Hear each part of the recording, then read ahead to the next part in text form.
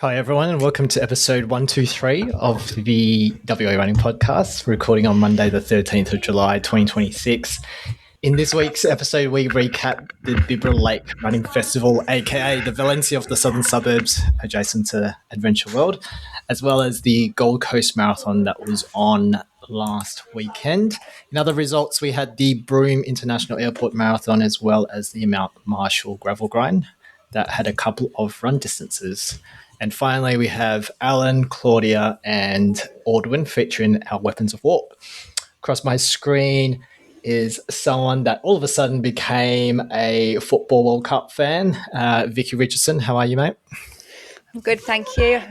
For my friend, football might be coming home, although it's unlikely. Yeah, I mean, that's what I was going to ask. Is football coming home? But no, a friend of mine, Sally, who listens to the podcast, she said to me, so she's like, "You're not one of those people who's saying football's coming home, are you?" I was like, "Yes, I am." Yeah, okay. I don't believe it for a minute, but yeah.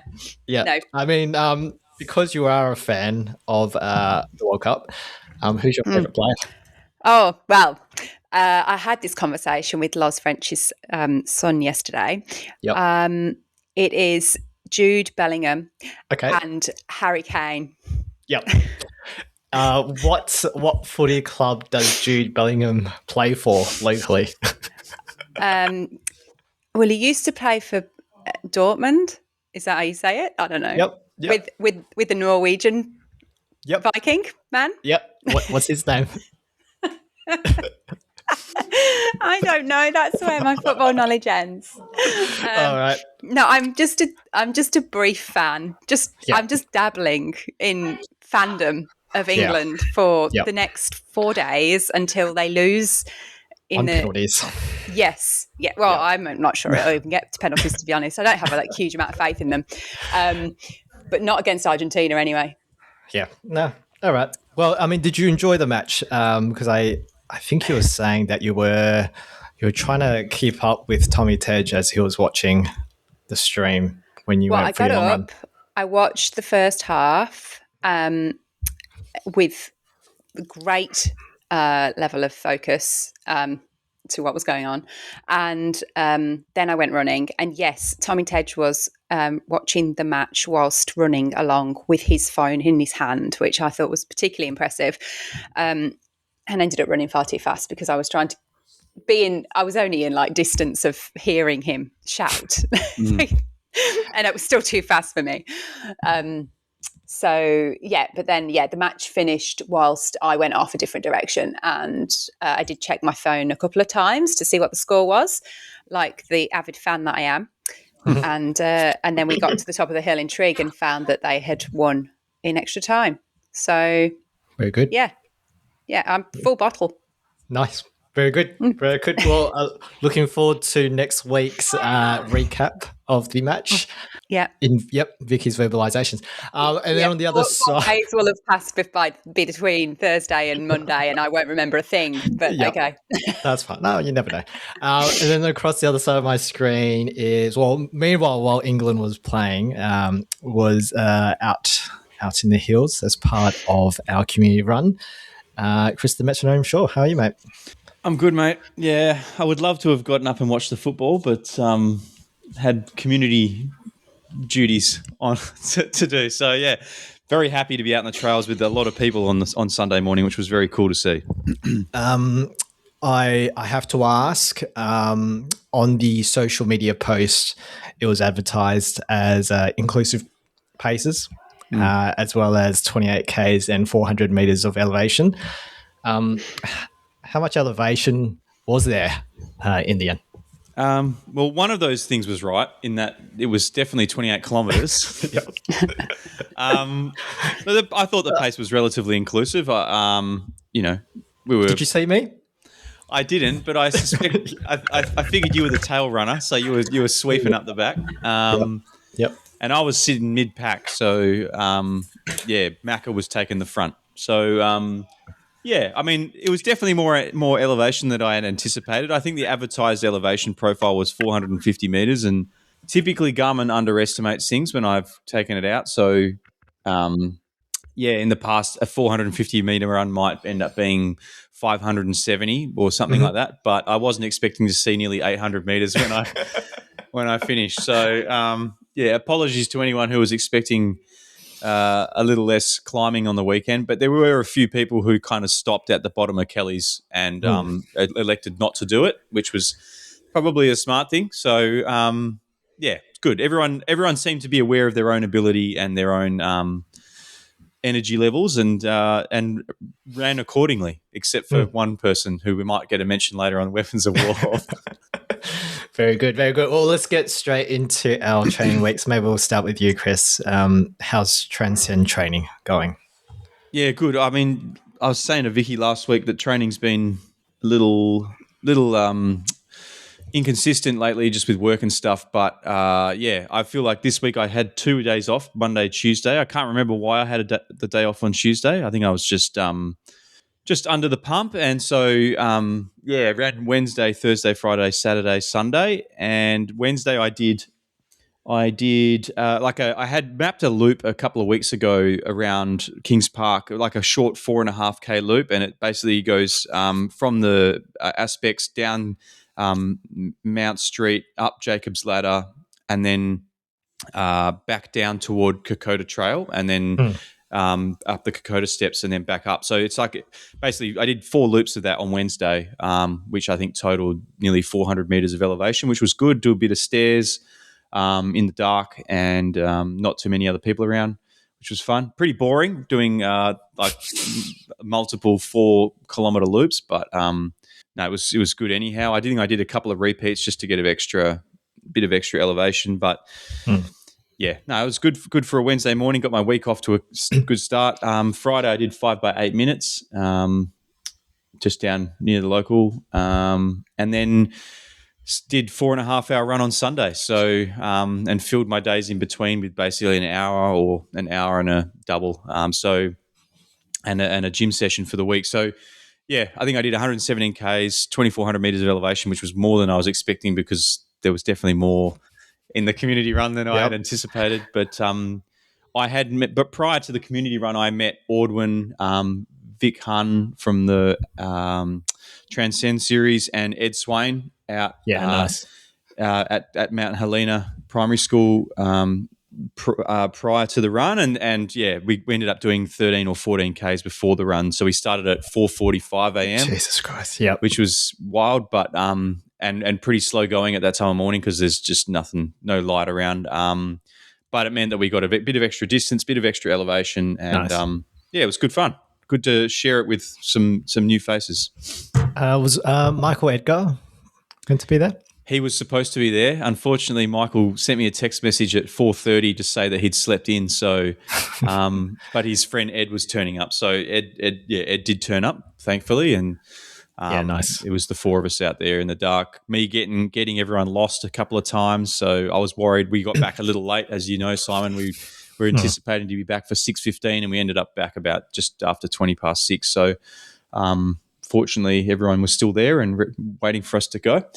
But it was a good week. Legs feel pretty fresh considering. I'm sure they'll feel tired tomorrow, but there's no rest for the wicked. I'll be doing session tomorrow and back into another full week. I'm away for work again next week, so I'm wary that this week I'll try and put in a bit more, knowing that I'll probably have a bit of a quieter week that next week and then potentially the week after because Maddie's also away for work. So sure, right. It's all happening. How are you squeezing? So is it very much trying to replicate this last week? So you're trying to get a lot of vert over the next couple of weeks? Yeah. So tomorrow I'll do like a tempo session, like a longer tempo run, but nothing over the hills really. Wednesday I'll run a hilly long run. It's roughly 2 hours. And then Thursday I'll take easy. Friday I'll do Thursday I'll take easy. And I'm actually going to do my long run on Friday this week. So I think Eggy had asked me to go and run with him Saturday morning, but unfortunately I think my program's going to have to be switched around this week. So Friday morning I'm going to try and do a 5 hour or 5 hour run out in the bush by myself. Yep. I've already planned it out. It looks like it's going to be a good one out in the gong, as Ben Leeson calls it. So keep an eye out for that one. And then I'll try and do like my regular threshold session on Sunday, I guess, just to get my 2 sessions in for the week. But a bit topsy-turvy, but we'll see what happens. Interesting. Chris, do you take Mondays off? Or yeah, like at the moment, yeah, more or less most of this year I've just taken Mondays off as like make sure that I'm recovering, especially after these hills. I find like the hills kind of, they don't necessarily hurt the next day. It's like they catch up with you in the days like that in the like kind of second half of the week. So I found out the hard way at Bibra Lake, I think like 2 weeks ago. So we could cap that later. But yeah, I'm just wary that these long runs might not be so bad Monday, Tuesday, but then come Friday, suddenly the fatigue seems to hit. So just because I'm happily sit in that fatigue state. I just think trying to race in it is pretty difficult at the moment. Yeah, fair. So it's just over a month to go. How not confident are you heading into the 65Ks? Yeah, I'm pretty confident. I'm confident that I'll finish it. That's for sure. Yeah. I'm confident in my nutrition strategy. I think nice. So I've been trying to hit 80 to 90 grams of carbs an hour, and roughly a liter of water in that hour. So I suspect that, if at every aid station, I'll have 2 bottles on me. Every aid station, I'll probably have a third just in my belt, but I'll refill those 2 bottles at every aid station, which will take me, roughly 90 minutes to get through each one, and then that'll total me out to roughly 7.5 to 8.25 hours thereabouts within my finish time. So what I'm doing at the moment is not nearing the elevation profile of what trans is. So that's the unknown. But as long as I take it easy up the hills and just hike rather than run, and then down the hills, I don't have to send it. I'm just trying to maintain a very consistent effort level. Because the quads are going to be, I'm going to be shot at the end of this. I'm absolutely certain of it. But the positive thing, from all this running hills and stuff, the last kind of 3 or 4 months, is that I feel a lot stronger. Whereas last year, my adductors and my hip flexors would fatigue quite a lot on those hilly long runs or out in the trails. But nowadays, that doesn't seem to be happening. So clearly the gym work and the running of the hills is working. So that's good. Very good. With nutrition, are you going to stick with gels and drink, or have you contemplated experimenting in terms of changing things up? I might just bring a few muesli bars and some snakes with me as alternatives, just because I often on the trails I'll have a few killer pythons in between the gels just to mix it up a little bit. But ultimately it's all sugar. I just don't know how I feel about eating too many solid regular foods. I haven't really tried it, and I don't really get palate fatigue or anything with the gels. I'm happy to. I mean, if you're running at a full gas marathon, and the last gel, you never want to put the last gel away. It's always going to be disgusting. But at this effort level, I feel like it's not too bad. I just got to make sure I bring some toilet paper with me so I don't shit myself like I nearly did on the trail on Sunday. Very good. Very good. Good plan. Yep. Yeah. Or just wipes, just baby wipes or something. Yeah. Well, as I was saying to you in the group chat, Simon, there was a point when I was coming down Kelly's climb on the weekend where I didn't have any toilet paper with me this week. Usually I bring it, and because I was certain that I wasn't going to need to go to the toilet on a community run of all things that I had organised. But I was assessing how many gauze I had in my first aid kit to make sure that I had enough to clean myself up. So, I fortunately didn't have to get out and count, which was good. Very good. Very good. Well, on that note, Vicky, how was your week? Nothing like that. It was good. I'm being really really good with my adding that, that theory of you shouldn't ever add more than 10% on a week to your distance. That is exactly what I'm following at the moment. Not even, to be honest, like barely 5%. I'm like, I think I'm adding 2Ks a week. So I'm up to 56Ks. Awesome. Very good. And 2 gym sessions. I have started. Apparently, I've joined the Fit Stop cult. Oh, wow. Somebody said to me at work today. I didn't realise it was a cult, but apparently it is. Anyway, it's quite nice to go and do a gym session with my friend Sally, who I just mentioned before. So we've been doing that together the last couple of weeks. And I realised that I actually probably don't push myself as hard as I should in the gym on my own. Now I go to a class and get told what I'm doing wrong and how to do things properly, and that I probably need to add some weights to the empty bar that I'm using. So yeah, it's good, and I feel good afterwards. So that's nice. I did 2 by 15 minutes at tempo on Tuesday. I can't remember what I did on Wednesday, but on Thursday I did my fastest ever yellow run. Yellow, for me at least, is 10K on the coast. So I was very happy with that. Very good. It felt good. You weren't at the front this time, Vicky? No. Who's at the front? That's only on Sundays. She's only at the front on Sunday. Yeah, that's right. Well, I wasn't at the front this Sunday, that's for sure. There was lots of very fast people this Sunday. No, I can't remember who was running on. Who was it? Who was up? I don't know. But Mark Lammers was in front, nice. as per, and I was possibly second back, I reckon. Nice. So that was good. And then did an Easy Wolves run on Saturday, which was nice. Had a bit of a debrief on Gold Coast. And then yesterday, as I mentioned, ran with BTRC. But then I wanted to go and do some hills, given I was missing out on the Transcend Community Run yesterday. So I went into Trig Reserve, and it was really lovely. Scott and I went and did, I don't know, about 10Ks in there. No, not 10Ks, 8Ks maybe, on trails, and got a whole whopping 258 metres of elevation in that run, which was enough for me. But the hills in Trig are very sharp. They are quite steep, they're not long, but they're hard limestone, and they are steep downhills as well. So yeah, but you get some. It was really nice. The sun came up, and it was just a lovely morning.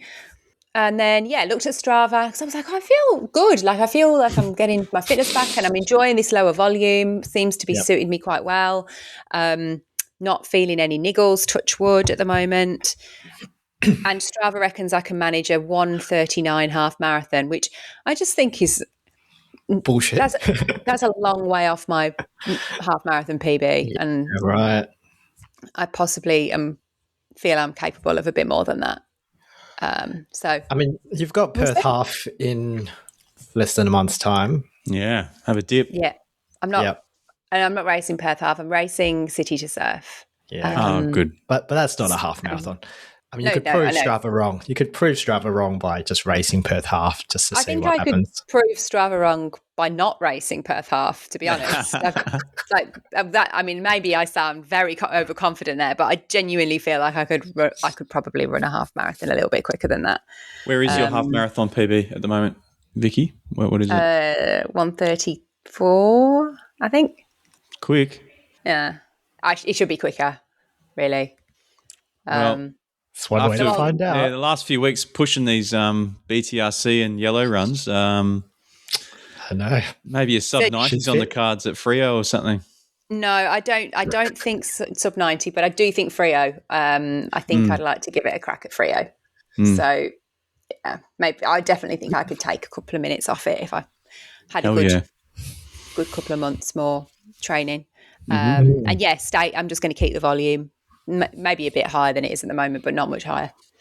So yeah. I mean, I'm looking at your Strava graph now. There's a very beautiful upward trajectory. Oh yeah, it is, isn't it? Isn't it good? It's very pleasing. Nice. It's lovely. It's a lovely graph. Very, just very, very consistently 2Ks a week. So yes, I got a new block from Tina this week. So we'll jump into that. Keep adding in a few little hills here and there, and a bit more. I've got a couple of races coming up, so yeah, Perth Half will be a bit of a solid run. I'm calling it. Back roads will be a solid run. Transcend will be a don't die. Solid run. And City to Surf is going to be a PB attempt over the 12K. So very good. Yeah, that is the plan. Nice work. All right, my turn. How's 72. The knee is not too bad now, which is good. It's not 100%. Can't remember last time I was on. I think I pulled up sore from Sunday, or I hobbled home after the long run on Sunday. I saw Ella that Tuesday, and it was just a lot of swelling around my left knee. There wasn't anything too sinister, but I couldn't really walk or do anything. So I was limping that entire week. I had that entire week off.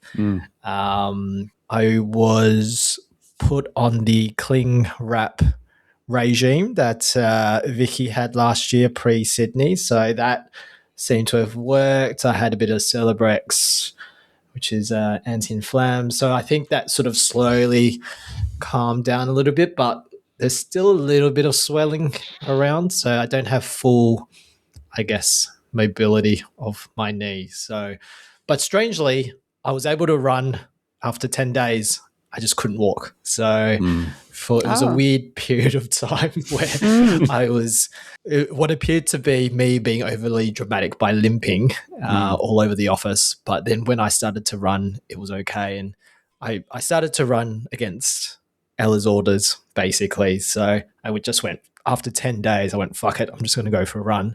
And it wasn't too bad. It was a bit clunky, but it was fine. And I recovered okay. And I kind of then realized that easy running was fine. And then I tried to do a sesh, and that was no good. So it's kind of been easy running for the last week. And I was nervous about doing the Transcend Community Run. But I knew that if I didn't show up, John Stone would call me a name that I won't repeat on this podcast. So I figured I better show up. An England fan. yeah. Terrible. I survived yesterday. I only did half the distance, and it was probably a good thing because as I got back to the car, my knees were quite cooked. But this week was not too bad. I did, on top of the Transcend run, I did somewhat a session on Saturday. So I ended up running with Ash. She had 3x4Ks at about 4:10s, and I did that, and that was okay. That was 20Ks of running, 14Ks on Sunday with a bit of vert, and I pulled up okay this morning, so it's a good sign. But I've pulled out a Shelley because I just don't think I would be comfortable rinsing myself, particularly when I haven't really been able to run faster than 4-minute Ks, and I wouldn't do the 10K any justice. So I've pulled out of that. I've pulled out of Perth Half, and I'll just spend the next month getting stronger and fit again and survive Transcend Team Relay, and then giving Coljana a crack, which is, I think, first Sunday of September. So nice little Father's Day gift by running a PB in the 10K is the plan. Yeah, cool. So it's an Annika Keel gym block on the cards right now. Right now, I've done more strength-related workouts in the last 3 weeks than the last 3 years. So, I'm keen to not be injured ever again. How have you found that? Not enjoyable? Yeah, pretty shit. Yeah. Do you think it's shit because you're having to do it, or do you think it would be a shit if you were able to just go out and run as normal and then add the gym on top? No, If it I'm was actually on. enjoying the strength stuff. I actually think the strength stuff is here to stay once it comes good. So it's probably been a bit of a reality check. I think I was getting pretty cocky about how I didn't need to do any strength stuff, but I've been pretty disciplined with it. And I think once I'm back, like back to normal, I think I'll still stick with the strength stuff. In saying that, I haven't really been doing anything too intense with the strength stuff. It's a lot of the band stuff and light weights. So I haven't done anything too heavy because I've been quite tentative with it. But I think I just want to get the habit of doing some sort of workout. And then once I'm back to full fitness, then trying to work that through on the session days, I think will be the plan. But I'm feeling strong in the very little strength stuff I've done in the last couple of weeks. So I'm kind of motivated to keep going with it. That's good. That's Have you got good. a gym near work or near home? I've got Revo down the road from work. I don't know if I would get a gym membership because I just wouldn't go. Like if history, I've joined 3 gyms in my life and it involves a free trial and then not showing up after the 3rd week. So I've got weights at home, and I think if anything, realistically, I will just build on that weight setup at home and just do home workouts because I feel like that's the only way I'll work it in is at night time, like after dinner or something. Yeah, It's kind of the plan. I find it really interesting how different people approach gym sessions. I know lots of people that do that and just have it at home, so it's really convenient, and they can access it anytime, and you can kind of slot it in with other things. I find it really hard to do stuff at home because I find that if it's at home, I just won't do it. I have to go somewhere with intention to do that session, so I have to go to the gym. Even though I've got a bench and I've got weight, I could do a session. I could do all the stuff that I want to do at home. I just don't. So I go to a gym and do it. Yeah. What's your setup, Chris? Because do you have it in the garage or patio setup? Yeah, it's like a little kind of al fresco that we've got that faces the pool. So I've got a bar and some plates and stuff that I tuck around the back near the laundry, and then I just bring them out once or twice a week to do it. So it's good having it at home. The limitation I have is that I don't have a rack, so I can't lift really heavy. I can only lift what I can clean, basically, and I can really only do front squats because I'm cleaning it onto my shoulders and then squatting. So I'm limited by that, but I'm not overly worried about that. I'm not super. I don't lift heavy, so the only thing I do heavy is deadlifts because I can lift them off the ground. So it's like, but everything else is like lunges and squats and RDLs. So I think it's fine for me for now anyway. Maddie has just joined the Revos up the road from us, and she's been going fairly frequently, 2 or 3 times a week. And she lifts more than I do. Like she's a machine. So solid. But I had a membership for there once upon a time. But like you, Simon, I would just find that once I got out of routine of going there, I couldn't find the time all of a sudden. Especially when it was kind of at the point where I was transitioning from skateboarding a lot to then running, and then now the running is full bore. So. Not that. Yeah, I would love to be able to go. I can't find the time, and I find it really hard to interact with people at a gym. I don't interact with anyone. Yeah, well, I just if I can't get a rack, I walk in and I can't get a rack. I'm like, well, I'm fucking going home because I'm not pissing around with some other machine that I've never used before or isn't going to give me the same stimulus. So if I could probably get to. There's one near my work that I could probably do, but it's not a Revo, so it's a bit more expensive. And sure, but I mean, it's an internal struggle for runners, right, to try and figure out what works for them. But I think I'll just keep things pretty basic, and then I'll just do dumbbells or kettlebells just in the living room while we're watching TV or something. And if I can do that, keep things simple, and Linda can tolerate me doing it while we're watching TV, while I'm doing weird movements, then that's fine. Oh, Linda. Yeah. These last 3 weeks, she's been watching me do like the weirdest movements with like the resistant bands, and she's like, "What the fuck are you doing?" But now she's used to it, so it's fine. So I'll keep going with it. So Linda's like absolutely engrossed in something really fascinating on TV, and there's Simon like monster walking across in front of the TV. Basically, she's just watching me while she's eating chips. So that's basically it every night.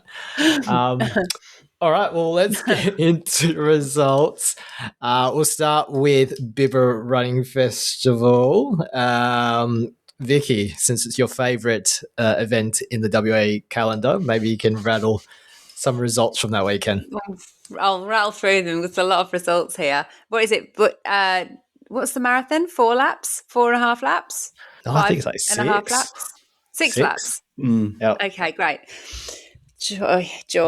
Right, so this was Sunday the 5th of July. The 6K was won by the males, was won by James Shook in 19 minutes and 18 seconds. Second was Thomas Chapman in 1919, very close. And third was Jet Barker in 2050. For the females, Michelle Hunter was first in 23:36. Followed by Emily Murray, who is a regular name that we call out on the podcast, second in 24:37, and Harper Adrian was third in 25:47. Then in the 12K for the males, we had Tyler Rhea in sure. 41:39. Reese Cameron was second in 43:10, and James Latham was third in 46:10.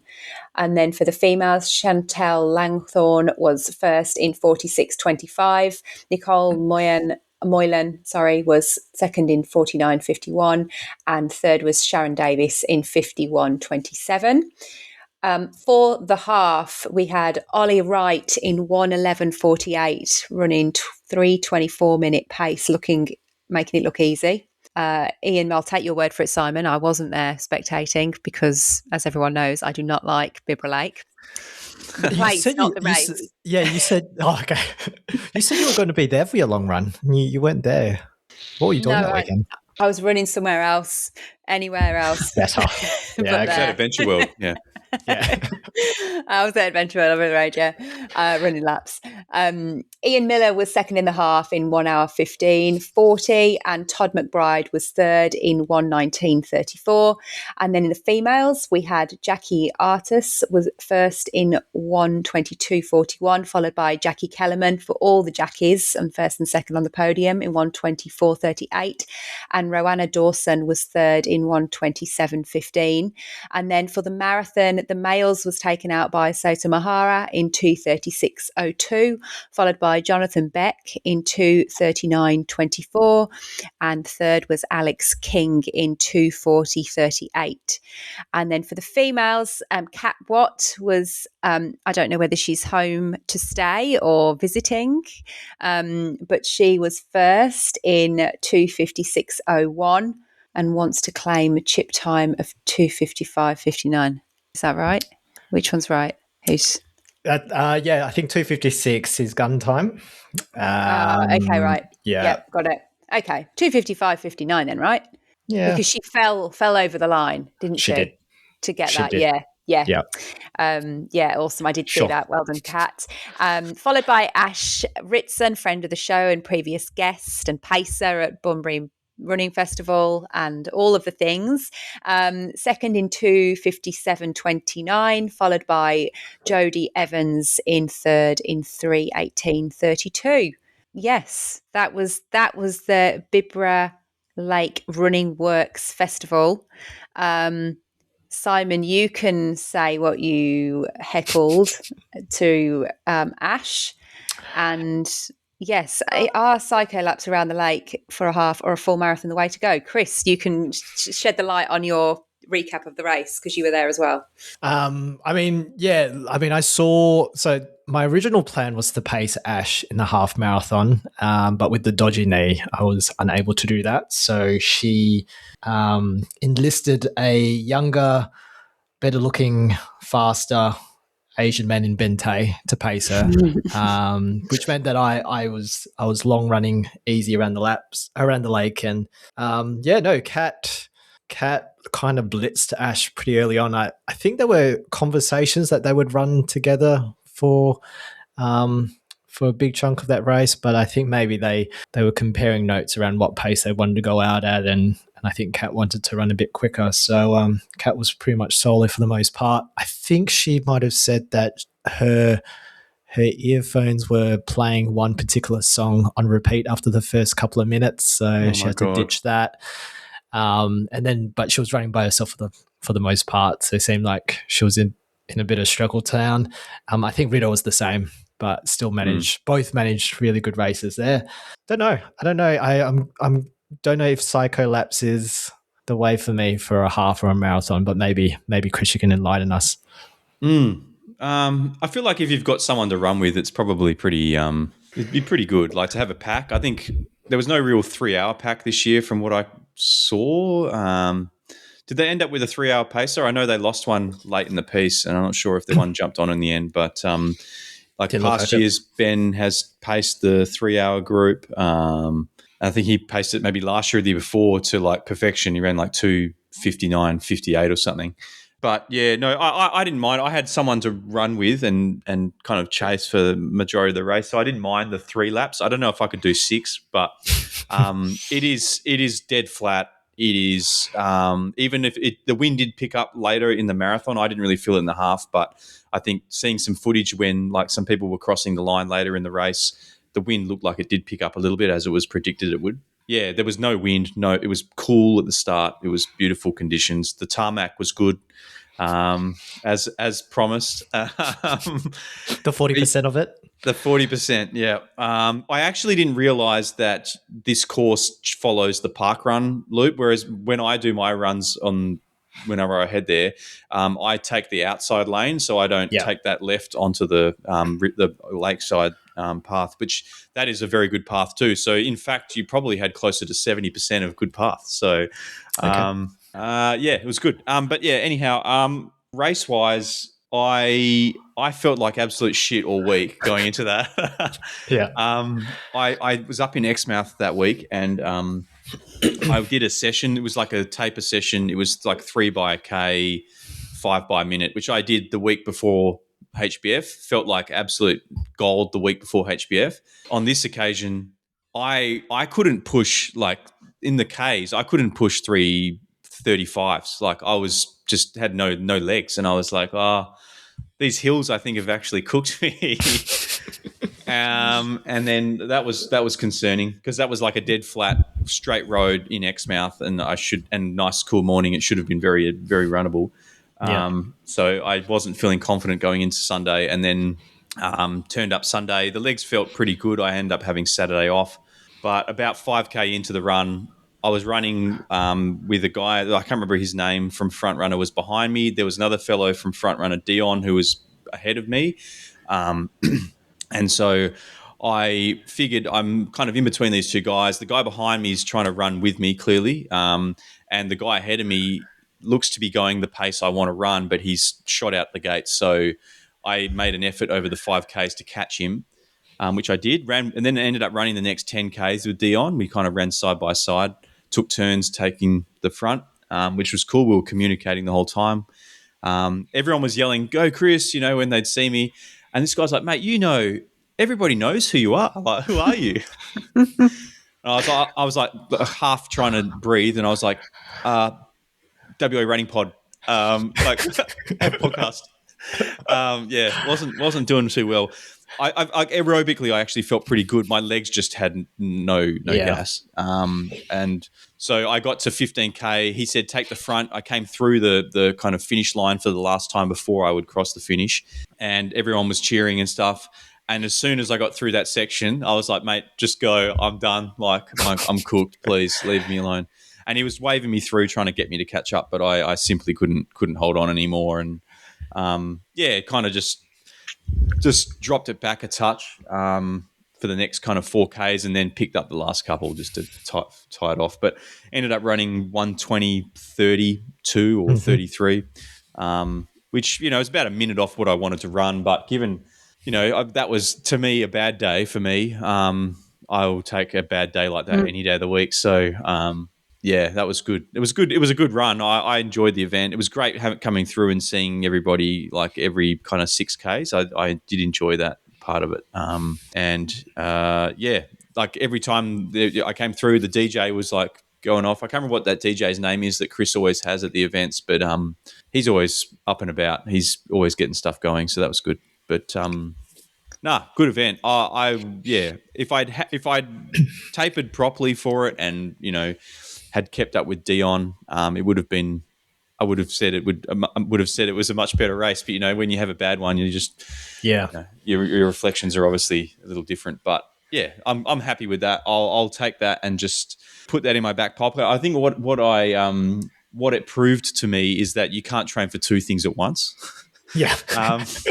So especially when one of them involves running hills all the time. And the other one revolves around running threshold all the time, basically. So I've been doing a lot of threshold work, but the fatigue in the legs just isn't conducive to running a good half. So life goes on. Move on to the next one. I don't know when I'll run a half next, to be honest. Like I considered signing up for Perth half, but that's kind of right before Transcend. It's like 2 or 3 weeks before. So I think it would be silly of me to try and then taper for that again. Expect a good result as well. Yeah, exactly. Like the reality is I'm going to run 2,500 meters of elevation the week before. So like I'm only going to get the same result if I try and do the same thing again. So I'll just I've got a 10K entry for Freo at the end of the year.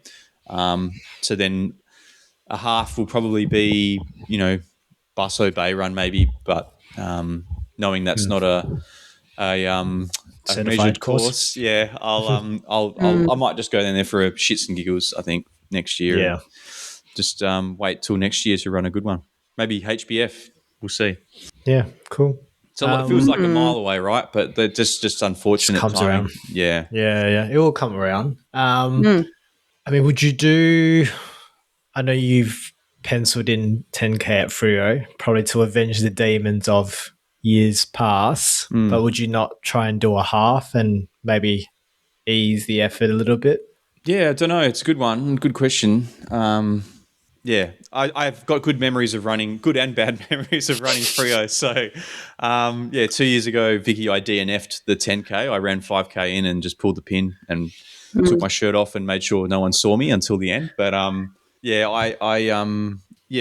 year before I ran a good half there. I think I ran maybe the year before that, but it was. I've run a good half there before, and so I maybe we'll see. I not get through Transcend first, and then get through Transcend exactly. Just got to make sure I'm not injured, and then because that is a very real risk in my eyes. So, but are you not entertaining Perth Running Festival? I should say that. Yeah, I did. The thought crossed my mind immediately after Bibra. That was the first thing that crossed my mind. At $155 a pop, I'm not signing up for a half marathon. At Perth Running Festival, unless I somehow unlocked a secret trip to Melbourne or something like that at the same time. I can't see myself running a half in October. As fun as it would be, I mean, maybe I should just take a pacing gig and then just run it and race it. No, that would be absolute shit of me. But it's so much money. $155 is like. I didn't realize it was that much money because isn't the marathon what 200? Like 195 or 215 or something. Yeah. I was going to say we were going to turn the corner and say nice things about Perth Running Festival, especially when you were hoping to get a marathon ticket. But 155. All right. But, there's always free tickets popping up like right before these races, right? So maybe there's a chance that in the 2 weeks before there'll be something on Facebook Marketplace that pops up that I'll snap up for nothing or next to nothing. So let's wait and see. But yeah, Yeah. Bibra Lake Running Festival, thumbs Thumbs up. I briefly spoke to Chris before the run. He looked very busy, so I didn't bother him too much. I saw Curtis on the way around. I can't remember if it was during my warm up or if it was on the run. But yeah, it's a good event.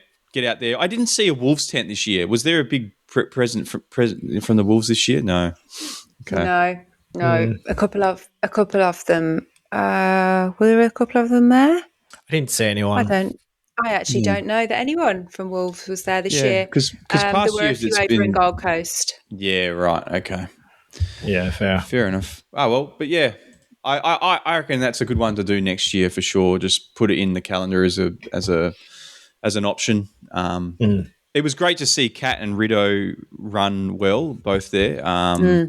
And had they run together, like maybe they both would have run quicker. Like it's one of those things. It's hard for Rido to say, okay, I don't want to run 5 seconds quicker a kilometre. Like that's going to potentially blow up my race, which completely understand.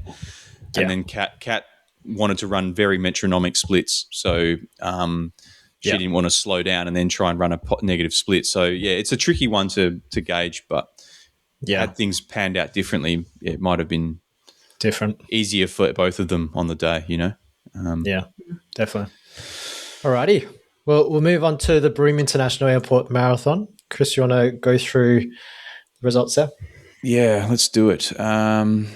So where are we? We've got a grand total of 24 marathon runners starting at Cable Beach last weekend. So it's a 4-lap course where I think they run half of it on the... Is it all on tide, or is it all on sand, or is it just half on sand? I think so. I think it's all on sand from the looks of things. I mean, they've got very big tides there, so I'm sure the sand is pretty hard packed and very runnable.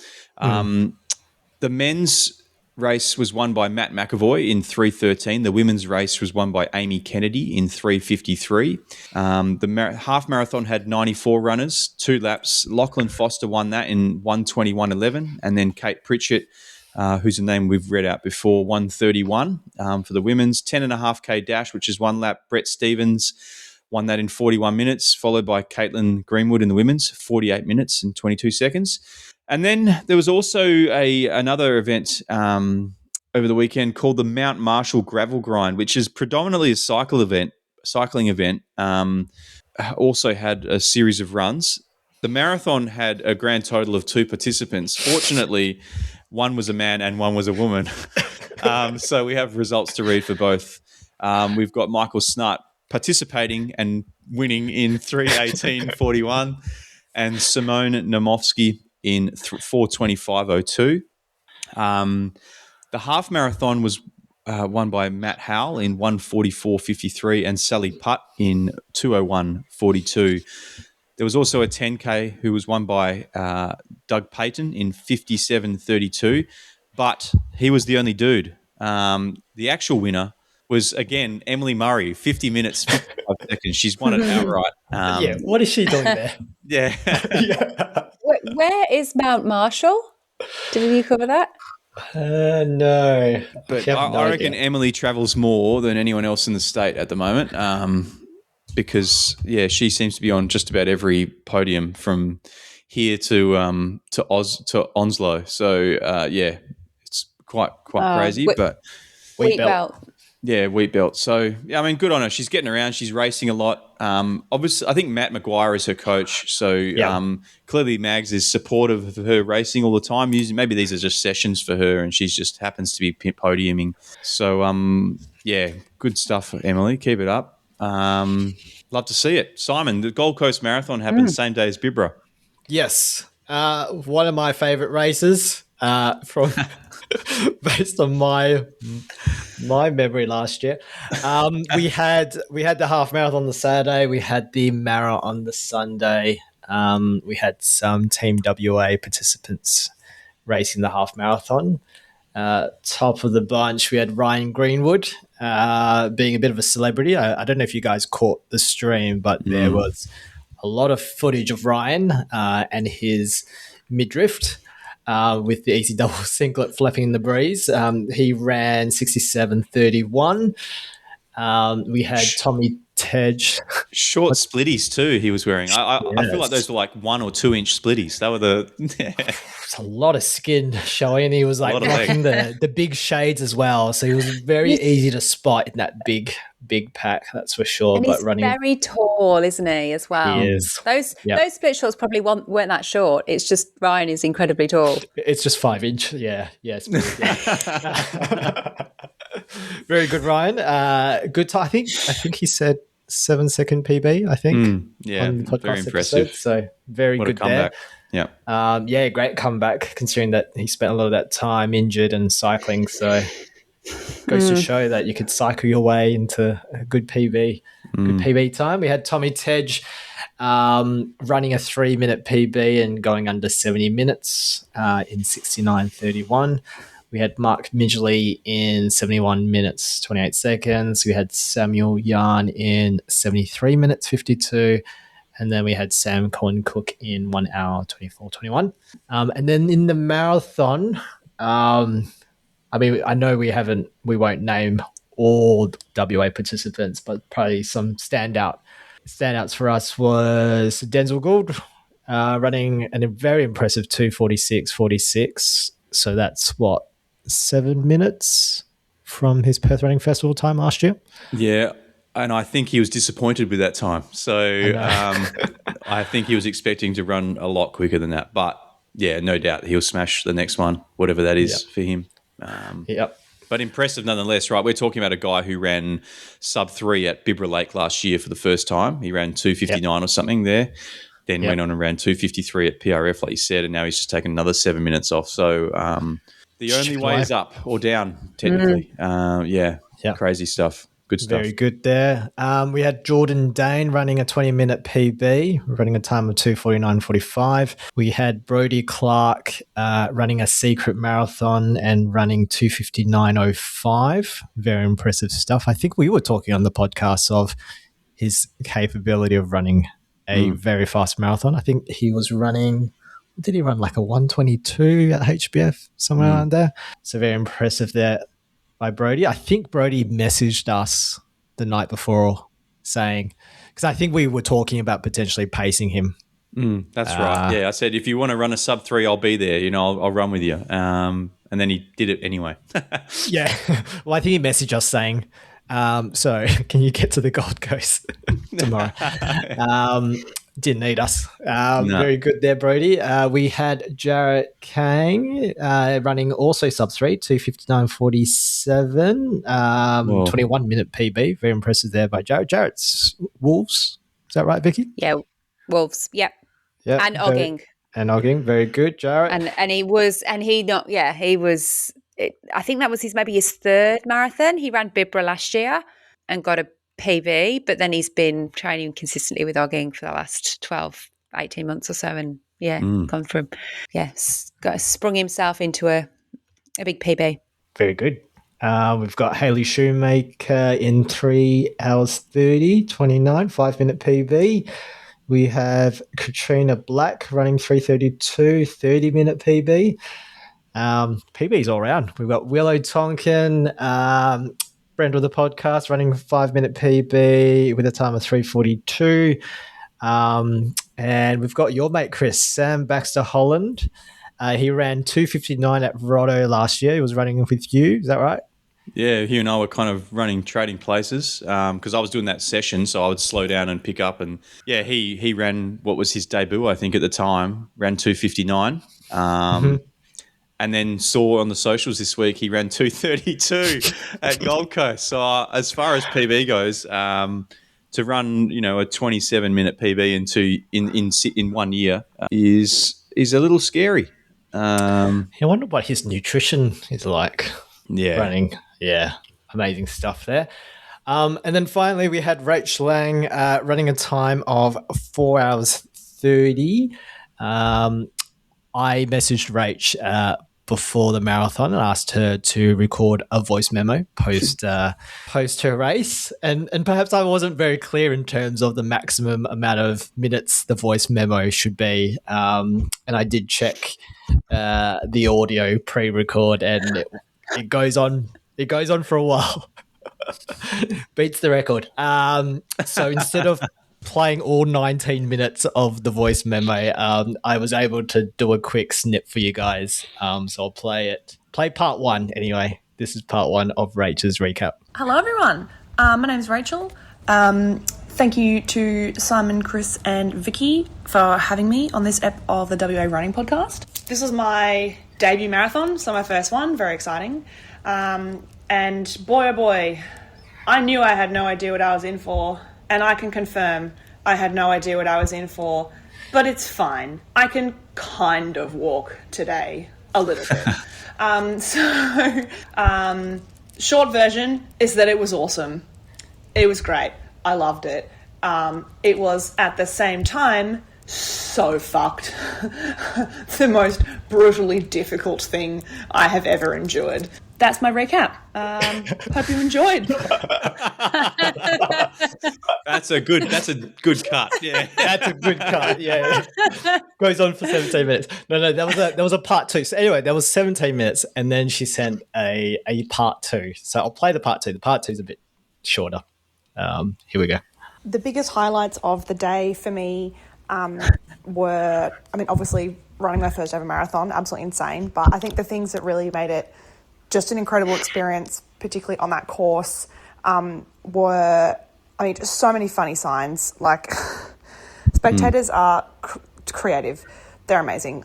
Really, really funny signs. But mostly just, I got to high five 100 little kids. Like, there were so many tiny children just standing on the side of the course at all points, just with their little hands out. They just wanted a high five, and it was so fun, just running over to them, give them all the high fives. I knew it's my first marathon, just soak in the moment. Everyone says just enjoy the atmosphere, don't get too caught up in the time and all that sort of stuff. And I just really tried to embrace that, and that was something that made it just so much more fun. I really enjoyed that. And I was really, really lucky to have my fiance Leo and a couple of my really good friends, particularly Danny and Jeremy, chasing me around the course for the entire 4.5 hours to find me at different spots and scream at me, give me encouragement. I think they all copped a pretty sweaty hug from me at one point, particularly Danny at the 31k mark as you go past the start line.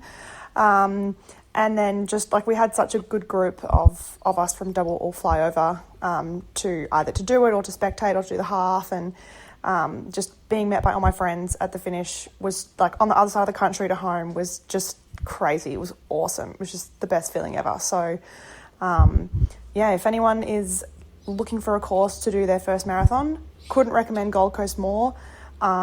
Stay as far away from Southport as possible if you want a chance of getting on a tram. But it's a super flat course. Weather's great. Awesome vibes. 10 out of 10. Would recommend. Fuck yeah. How good. Very good. Yeah, no, I will agree. Stay the fuck out of Southport. Yeah. Or else you'll be touching another man's private bits on the tram. Yeah. And then not talk to him again. A bit of FOMO about Gold Coast, I have to say. I think I would do Gold Coast half. Seems like doing the half's a vibe, and then even if you have a bad race, you can get over it pretty quickly, and then you can cheer on the marathoners the next day. I think it's the way to be. Yeah, for sure. It's like what Liam Kamuta did last year, right? He did the half and then hung around and cheered us all on the Sunday and enjoyed beers with us on Sunday night. So it's that's really refreshing to hear, that recap. I'm looking forward to the next 17 minutes, but in hindsight, we probably should have had Rachel on to actually talk. Yeah, we probably with a recap like that. But no, yeah, that's refreshing to hear, how someone enjoys their first marathon, and what a way to do it over there with your friends and family. So, sick. Good on you, Rach. Well done. Congrats on finishing. The next race Rach runs, we should definitely get her on as a guest post review. I think so. Because I think with a 17-minute voice note, you are the perfect guest for us. We like guests who want to come on and talk. So yeah. We'll include the full 17 minutes at the end of this episode. That's definitely for sure. Yeah. All right, upcoming events, Chris. Yeah. So we've got the the big cash cow, Kalgoorlie Pipeline Marathon this weekend. There's rumours that Vlad's going up there to race against Tommy Tej in the marathon. I think Sota's running the 50K. I think Smithy's doing the half, I heard. Okay, cool. Well, that's going to be an interesting car ride for all those guys together. So, In a Corolla, just drive it. Yeah, I hope Smithy brings his golf clubs. I'm sure they've got a course out there. But yeah, no, that's cool. I actually considered doing this one as a Transcend prep. It's not particularly hilly, but it would be interesting to run on kind of gravel for 40-odd Ks or 50 Ks. But no, I'm not sure I can punch a ticket to get out there this weekend. So good luck to everyone else out there running on the weekend. We've got the Eagle and Child Trail Run, which is at John Forest National Park this weekend. There's distances from 5.5 to 20.6K. There's the Shelley Loop, as you said, Simon. I also have a ticket for this, but I won't be running it. So this is what I understand to be the front runner, like club championships for the 10K. So We'll see Emily Murray there probably. Emily will be there. I think Ben Leeson is racing this. It's going to be his first 10K race. So, and I think he's doing that run with Eggy the morning before. So he's doing, roughly 1,000 meters of vert on Saturday, and then he's going to go and run probably a 32-minute 10K on Sunday. So Jesus Christ, Ben. Yeah, Ben's an absolute weapon. But yeah, unfortunately won't be out there this weekend. There's the WA Coastal Running Festival out at Burns Beach on the 26th of July. There's Perth Half Marathon at the WAMC Club Rooms on the 2nd of August. There's also Truth or Consequences on the 2nd of August. And then we've got Backroads Gravel on Saturday, 8th of August out in the Chapman Valley, which I believe we're giving tickets away for. The entries are closing this Friday. Is that right, Vicky? Yes, I have just reposted it on our stories, actually. So we are giving away 2 entries for you and a friend. So tag your mate that you want to go up there with.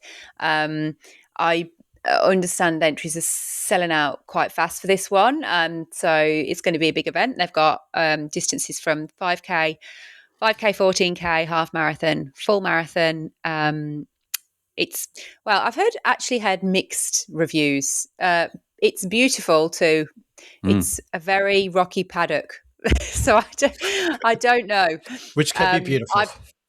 Which can be beautiful. Yeah, absolutely. So I'll be there doing the 14K and hope to see some of you up there. I also have, just on Perth Half Marathon, while we're on it, I heard yesterday that it's sold out. Actually. It is. So, yeah. There's a 5K that they have on as well, which you can still get a ticket for. And if you're under the age of 12, you can run the kids race. So, but hopefully no one's listening to this podcast unfiltered under the age of 12. So, yeah. Doesn't Perrich's son listen to this? Yeah, this and kind of John Denver, I think. But yeah. We'll see. We've also Transcend is coming up on the 22nd of August. Also, in the lead up to that, like we had over the weekend just gone, we've teamed up with Dubbel. We're putting together community runs. I think we had 25 maybe people there on Sunday, which was really cool. More than I'd expected, to be honest. Knowing that Easy Double and Bix were also doing a community run in the bush that same day. A little bit later, though, they're doing it in pro hours, whereas we were doing it uncle and auntie hours at 6:30. Yeah. So,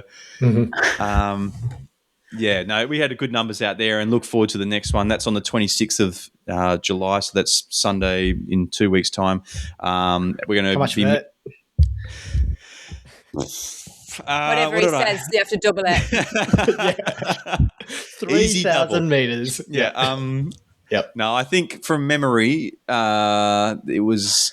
What did I say that one was? I think you said 700.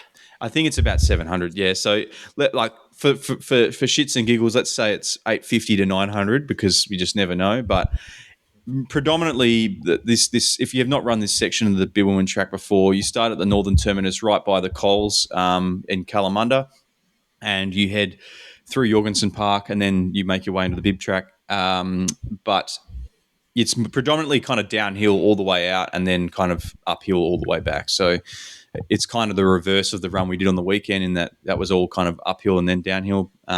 It's a bit more technical. Head torches are highly recommended for the first section because you do have to kind of rock climb or hop down some rocks in the first few kilometres. It's beautiful.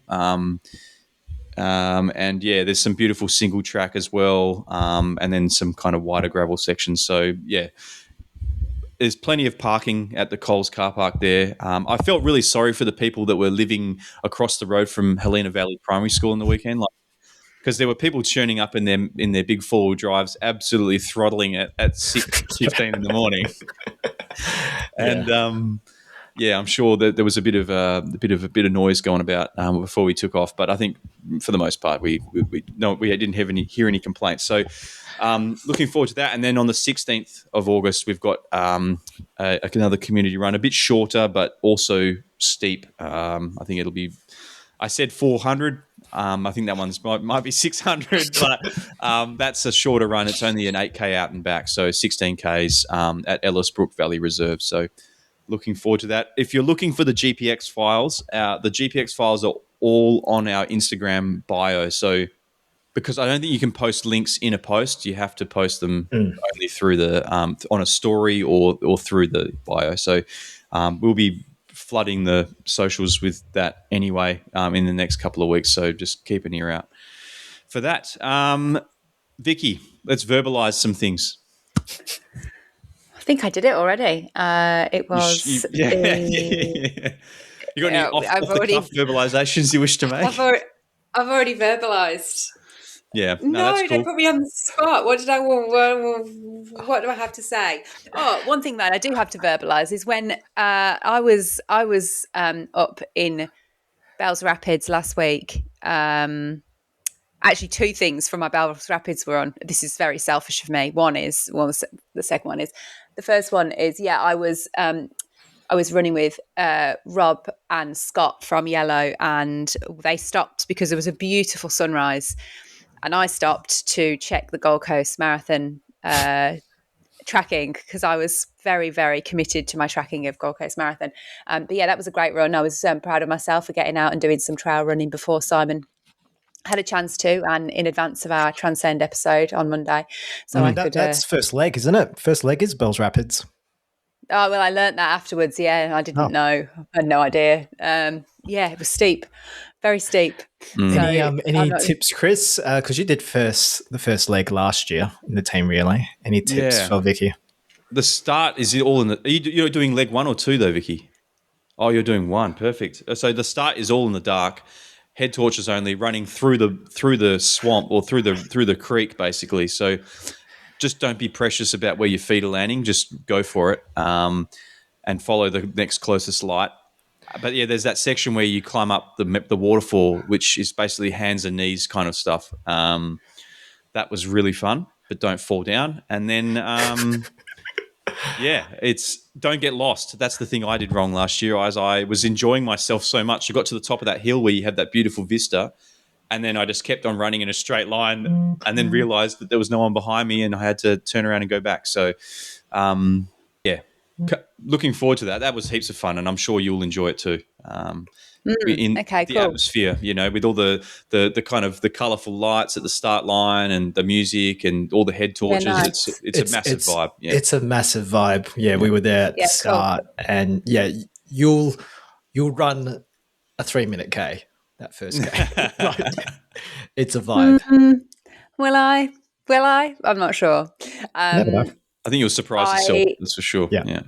I learned that I am quite a vocal runner when on the trail on last Sunday because I was every single rock I had to pick my foot up over or branch that I had to jump over, I was putting there was many sound effects. So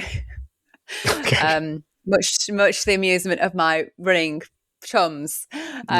So yeah, there we go. The second thing is if anyone finds yes, exactly like that. My connection's terrible tonight, and I'm dropping in and out. The second thing is, if anyone finds an orange banded chorus heart rate monitor out of Bells Rapids, it's mine, because I've seemed to have lost it since then. So very annoyed. I can't find it anywhere. I have turned the house upside down and I do not understand where it's gone. So yes, I think it might be by where the car was left, potentially. Oh, shame. Hey, I just had a thought. Was Dan Bowbridge supposed to be doing Gold Coast Marathon or? No, he's doing Sydney. Okay, gotcha. Yeah. Because he's running very well at the moment, and I was like, oh, I should have checked Dan's Strava, but no, that's okay. I haven't missed anything. No, Sydney's the plan. I think he's going to run very well. I think his issue is to try and find the time to get the mileage in the week. I think he can do the weekend. Like, he'll do Saturday sessions with us, and then he's been clocking some decent long runs on the Sunday.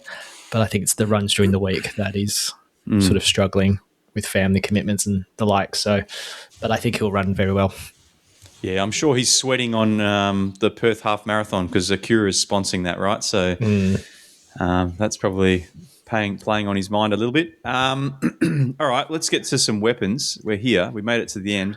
Alan Stabler paced the 1:30 group at Bibra Lake Runningworks Festival 2 weeks back. And as anyone who's ever paced any distance of a race before, it is extremely difficult to do on the dot. And Alan ran a gun time of 1:30.00.8 and a chip time of 1:29.58.1. So I think Ben Tay might have lost his throne as the king of pacing, and Alan is now the new king of that job. So congratulations, Alan.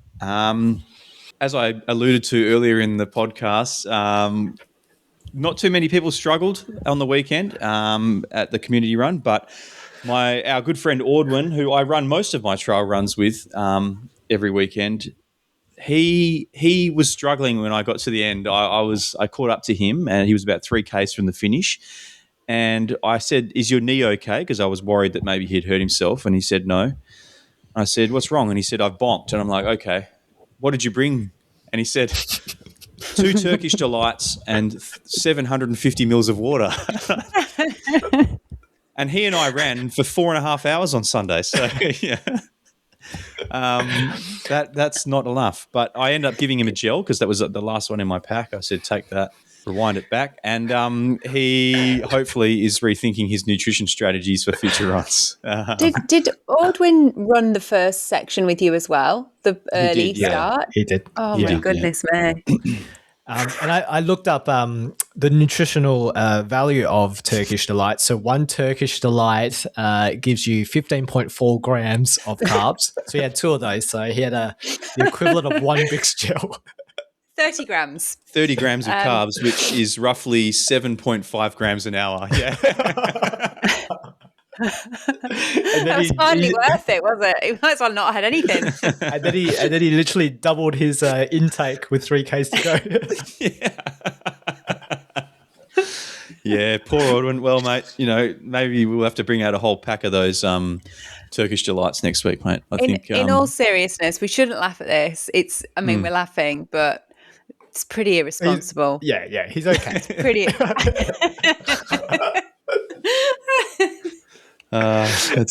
Anyway. Don't do what Audwin did, anyone. Don't do that.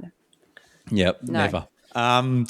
And finally, a name that we'd mentioned on the podcast lots of times, and most recently came second in the Grand Slam at Margaret River Ultra, is Claudia Seke. She turned up to the community run on Shane Johnstone's recommendation. She runs on the Thursday nights with Shane and that group that does the Kings Park runs every Thursday. So Shane told her to come out to this community run. She came out on her own, and I had a good chat to her for ages. Actually, we ran together for a while. She is an absolute machine. So as she was talking to me, she did she said she did a spin class and the gym on Friday. Absolutely throttled herself on the spin class, and did 30 Ks and 1,600 metres of climbing on Saturday out at Bells Rapids, and then came and did the community run and did 800 metres and 28 Ks on Sunday. So totaled the same amount of Ks as I did for the week. She did 117 Ks for the week, but she ran 3,600 meters for the week. Jesus Christ. Very Yeah, good. So is she doing the 65K? Because I think she did Transcend last year, but maybe a shorter distance. She's doing the 65. Yeah. So Wow. I was talking to her about doing like 100 Ks and milers and stuff because I don't think she's done that distance before. The Grand Slam was the most she had done in kind of 2 consecutive days. So yeah, what a weapon. I mean, and she's like she's in the 50 to 55 to 59 category. So she was putting away like, when the blokes are all standing around after they'd gone up to Kelly's climb, they were coming back. They came back to them. They were all waiting on the bottom, and they were all feeling pretty chuffed with themselves. And I said, guys, Claudia did 1,600 meters yesterday, and she's still here. So, really, really impressive, and something to look up to for sure. Awesome stuff, Claudia. Absolutely. Yeah. I amazing. mean, that's more vert that I do in a year, probably. Same. Yeah. Very good. Very good. I was like saying last week or the week before, I'd be lucky to be aiming for 2,500 in a week. So to be doing 3,600, that's crazy. Yeah, that's kind of Vlad numbers. So it's like, yeah. Very impressive. Very impressive. All right. Well, we've come to the end of the episode. Thank you, Chris. Thank you, Vicky. You can reach out to us at WA Running Pod. Our email address is warunningpodcast@gmail.com, and our Strava group is Warp. Thank you for joining us, and we will catch you next week on the WA Running Podcast. See you. Thanks, guys. See you later.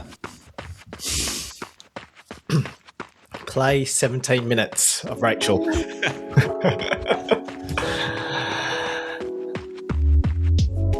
I look forward to listening to that full 17 minutes. That's going to be a wild ride. That takes us up to a 90-minute midweek long run. So perfect. Chef's kiss. Yeah.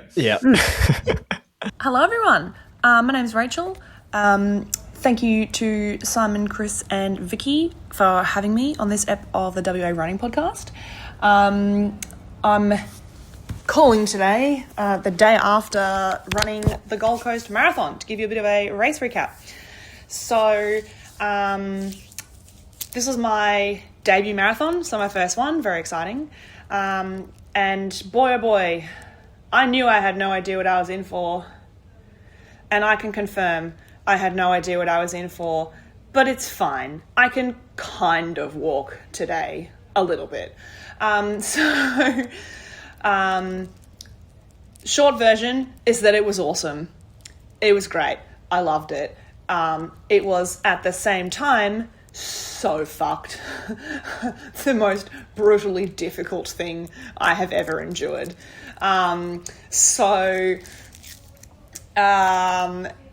Yeah, I didn't really know what to expect, and I wasn't going into this, like, being my first marathon, I wasn't going into it, like, with the idea of, like I guess, racing it or trying to make it, like, a really hard effort or anything other than, like, high, like, heart rate, bust yourself for the entire time kind of hard, but, like, more just, let's just see if I can cover the distance, and just see what happens. But I had been training very hard, and it was going very well until it wasn't. So 6 weeks out, my right hip decided it wanted to end my life. It just started getting some really, really bad pain in my right hip. Got it checked out and was diagnosed with hip impingement. So was not allowed to run all that much for the 6 weeks leading up to that marathon. Had to replace I had to cut out all fast running. So all my interval sessions had to stop. All my threshold sessions had to stop. Had to replace my weekend long runs with weekend long elliptical sessions, which was a really special kind of torture. I was sort of, just to give you, I guess, a bit of context into what kind of space I was going into it on the day. So the longest run I ended up doing in the lead up was 21.1 Ks, which I did as my long run like 2 weeks prior. Not the first time I've run like a half marathon distance. I've raced like 5 of them, but I was really going in very blind to whatever might happen in the second half of the marathon. So the plan essentially was, I guess, taking like the weather into consideration. So we were expecting a pretty strong headwind for the first like 17 Ks. And then at the 17K turnaround that we'd have a tailwind for the next 20Ks to 37 up to the northern turnaround, and then basically fight for your life for the last 5Ks heading back south. The plan my coach and I sort of had talked about was sort of try to go out conservative, like 6:15s to 6:20s down to the 17K mark. And then if I feel good at the turnaround, try to drop to like 6:05, 6:10s, up to 37, and then turn at 37 and just fight for my life. And just with the plan of, I was taking like Bix 40 gels, that's what I've trained with. So gel every 5Ks, and like a caffeine one at 10, 20 and 30. So that was kind of the plan. But essentially, like, pending my hip behaving, you know, we knew that it probably wouldn't at some point.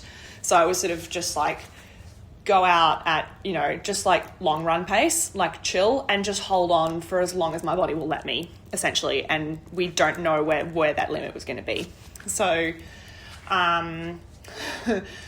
after surviving the tram trip in, if you know, you know, we got to the start area and it filled up really, really, really quickly. The crowding was just insane, and I hate crowds, so that was very overwhelming.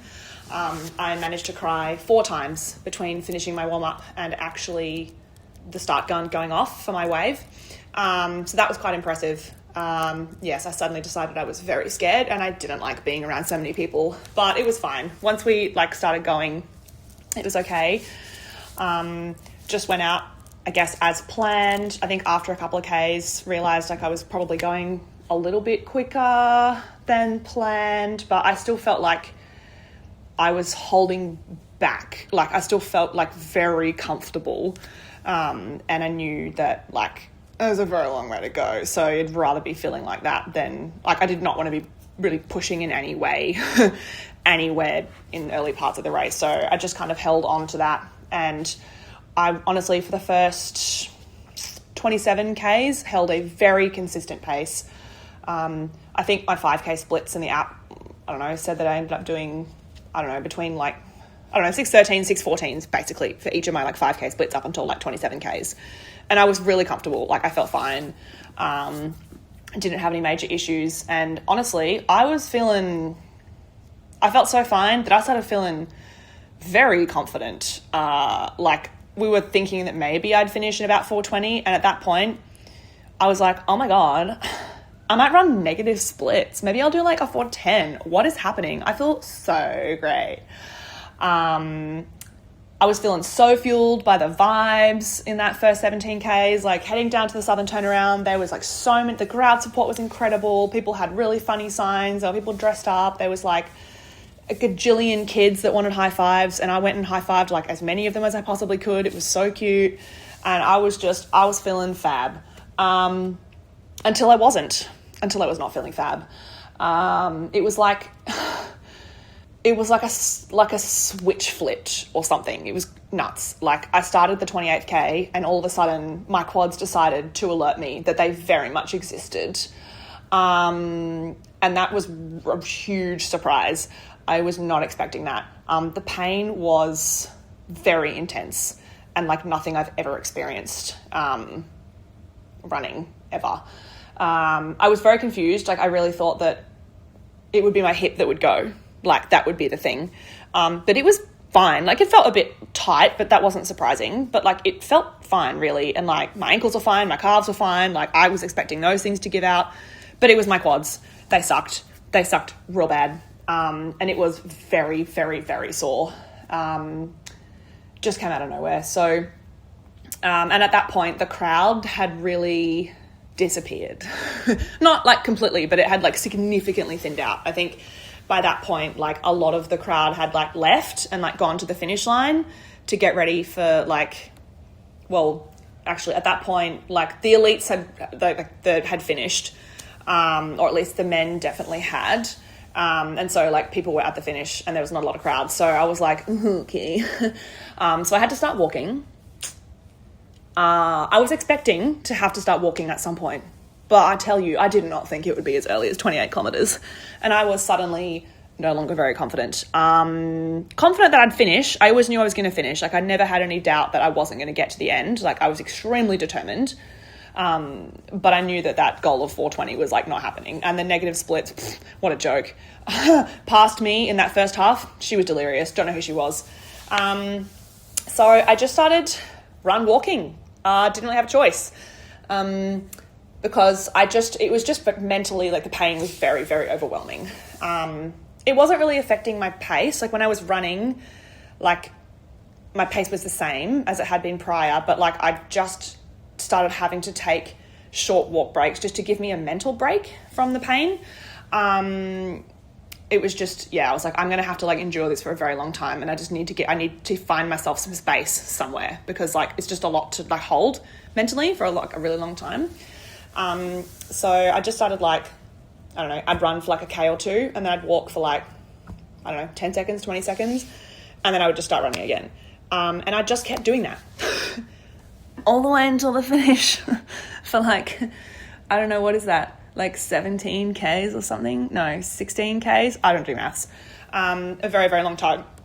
And I really wasn't expecting that to happen that early. Like, I thought maybe that would start at like 30 or 32 Ks, but it was definitely earlier. So yeah, it was pretty brutal getting to like 31-ish, because at that point you pass the start zone again, because there's just like no crowds. And I was just very sore, and it was really starting to dawn on me just how far a marathon is.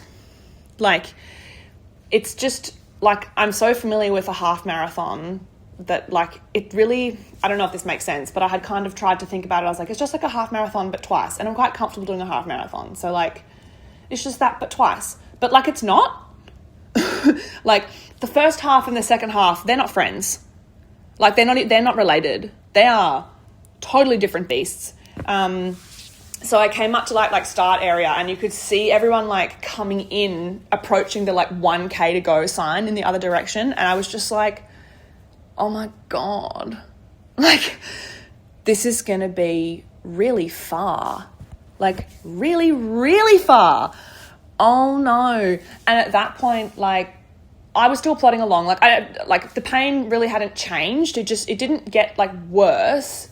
It just stayed there, like, real bad. But a lot of people around me had just started like walking. But like, they would just start walking right in front of you. Like, you'd be running, I'd kind of like lock into a bit of a rhythm where I'm just kind of trying not to think about the pain, just trying to like tell myself that I'm having lots of fun. And then someone would just stop right in front of you, or they would suddenly run around the side of you and then slow down in front of you. And it was just, or people are just like dodging and weaving everywhere. It was just like carnage. Like, people weren't like keeling over and like passed out. Like, honestly, I was expecting a lot more carnage than I saw. Still, the level of carnage that I have seen running the half multiple times at the Perth Running Festival cannot be beaten. That's cooked. Like, that's cooked. And I was expecting to see stuff like that, like in the last 10 Ks of the marathon. Just, like every 20 meters, someone's passed out with like an ambulance officer. But it wasn't, I didn't see that many people, to be honest, passed out. So, I mean, I guess it was obviously nowhere near as hot as the Perth Running Festival is.